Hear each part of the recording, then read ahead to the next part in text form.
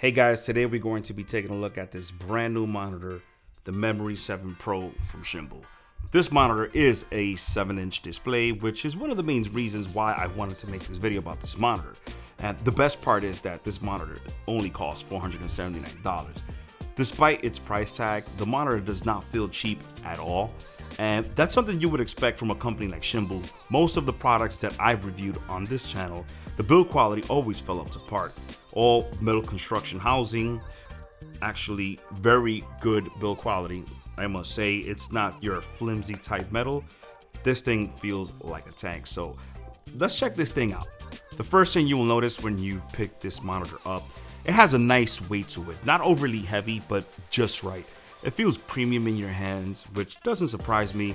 The past two products I reviewed on this channel from Shimbol, they both felt premium quality, so build quality is actually very superb on the Memory 7 Pro. On the side, you will notice it has two ports for HDMI. It has HDMI in and out. And on the back, you have two ports for SDI.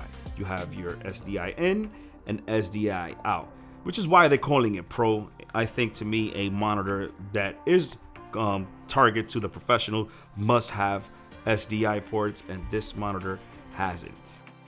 Also, it doesn't have one, but it has two Sony MPF battery slots, as you can see right here, which honestly, I really appreciate a feature like that, being that when you're on set, you don't want to be changing batteries all the time. So two Sony MPF batteries on this monitor should last you about the whole day, which is honestly very awesome that they included that. Now, since we're on the monitor, I want to talk about two mounting points that this monitor comes with, which is the ARRI anti-twist pin. So you have one here and one here. And actually, they included a mount for the ARRI anti-twist pin, which you can mount it however you choose to. They have you covered. It also comes with an HDMI wire, an SDI wire also to get you going, a cleaning cloth, because obviously they know you're going to be touching the screen, which right now this one is full of fingerprints right now. And a nice touch for me that I think was very thoughtful of them is they included this tempered glass screen protector, which is very cool. And if you want also further protection, they have you covered. It comes with this nice carrying case, which I must say, it feels pretty cool. You know, it has a nice padded insulation inside, which I'm going to open up right now so you can see.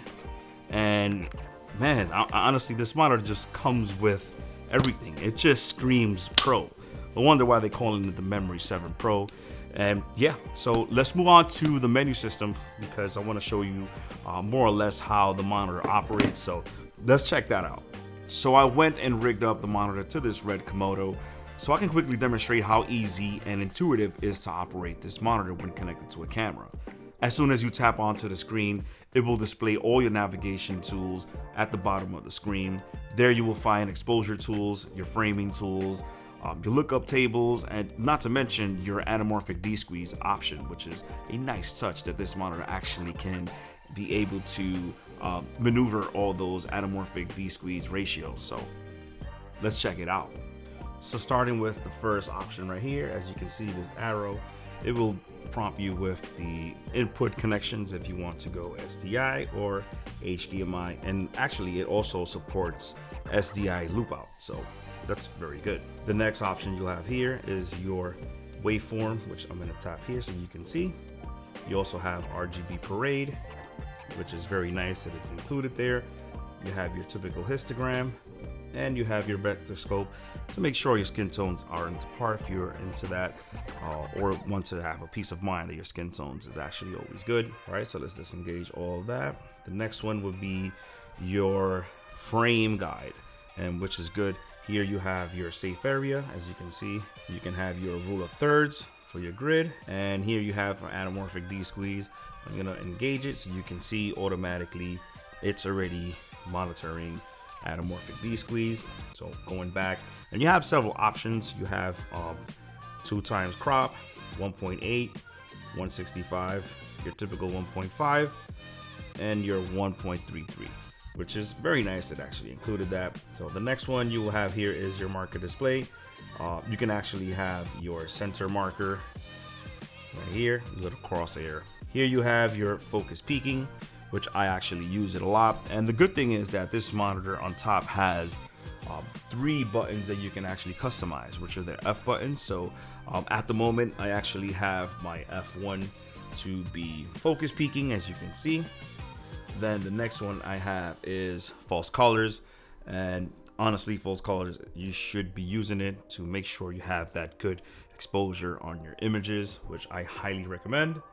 And then the next one here, I have to pull up my waveform, just to give me a peace of mind that my exposure is always up to par. So, but it's good that they actually included those shortcut keys.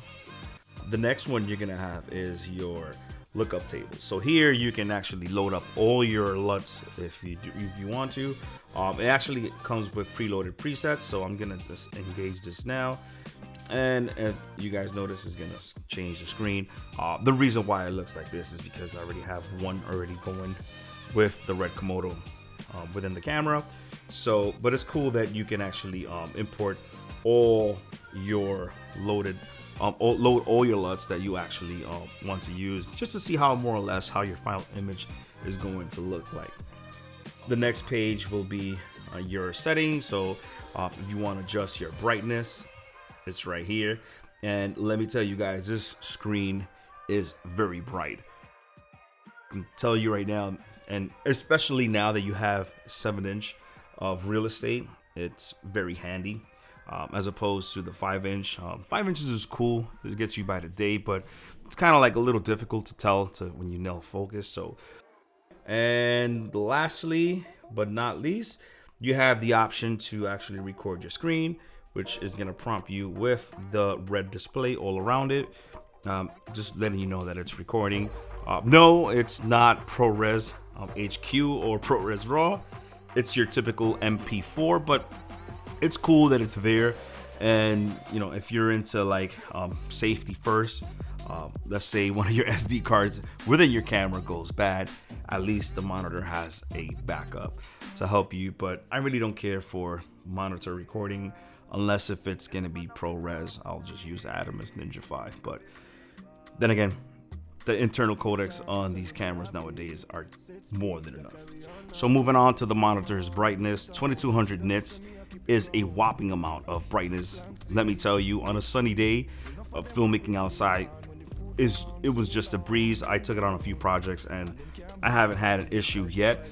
The screen is very bright. I never had a problem, and I actually used it without a hood. So this is a very bright monitor, like I said, and this is something that you will actually be spoiled with, because the worst thing you can have is a monitor that's not too bright and it's very sunny and you're like struggling to actually making sure that your shots are on focus, etc. So for my thoughts and conclusions, I can honestly say this monitor is very well built.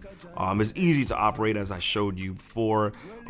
It is overall a great monitor to have. I can honestly say I don't have a lot of bad things to mention about this monitor, but the one thing I will do mention is that I do not care for the recording capabilities of the monitor itself, unless if it's like Apple ProRes codec, like I mentioned before, and not your typical MP4. For that, I just use the what internal camera can record at.